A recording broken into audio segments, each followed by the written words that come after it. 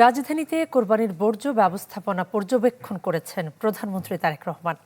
আকস্মিক সফরে নিজে গাড়ি চালিয়ে প্রায় 4 ঘন্টা ধরে বিভিন্ন স্থান ঘুরে দেখেন তিনি।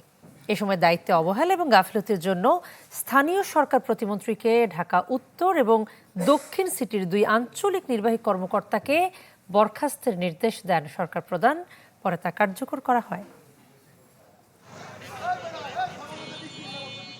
রাজধানীর বিভিন্ন উন্নয়ন কাজ আর কোরবানির পশুর বর্জ্য ব্যবস্থাপনা দেখতে দুপুর 2টার পর আকস্মিক পরিদর্শনে বের হন প্রধানমন্ত্রী।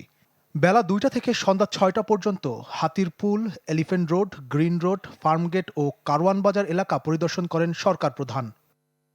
এ সময় নিজেই গাড়ি চালান তারেক রহমান। কোরবানির পশুর বর্জ্যের পাশাপাশি আগের জমে থাকা ময়লা রাস্তায় পড়ে থাকতে দেখা যায়। এসব এলাকায় বর্জ্য অপসারণে অবহেলার বিষয়টি প্রধানমন্ত্রীর নজরে আসে। এরপর তার নির্দেশে ঢাকা উত্তর ও দক্ষিণ সিটি কর্পোরেশনের 2 আঞ্চলিক নির্বাহী কর্মকর্তাকে সাময়িক বরখাস্ত করা হয়। তাৎক্ষণিকভাবে তাদের জনপ্রশাসন মন্ত্রণালয়ে ন্যস্ত করা হয়। একই সঙ্গে দায়িত্বে অবহেলার অভিযোগে তাদের বিরুদ্ধে বিভাগীয় ব্যবস্থা নেওয়ার নির্দেশ দেওয়া হয়েছে। পরিদর্শনে প্রধানমন্ত্রীর সাথে ছিলেন স্থানীয় সরকার প্রতিমন্ত্রী মীর শাহে আলম ও দক্ষিণ সিটি কর্পোরেশনের প্রশাসক মোহাম্মদ আব্দুস সালাম। ইমতিয়াজ মাহমুদ, চ্যানেল 24, ঢাকা। ঈদ আসবে, সাথে ক্যাশব্যাকও আসবে। নিজের বা প্রিয়জনের জন্য কেনাকাটায় এবারও নগদ পেমেন্টে পাচ্ছেন দারুণ ক্যাশব্যাক। তাই যাই কিনুন, পেমেন্ট করুন নগদে।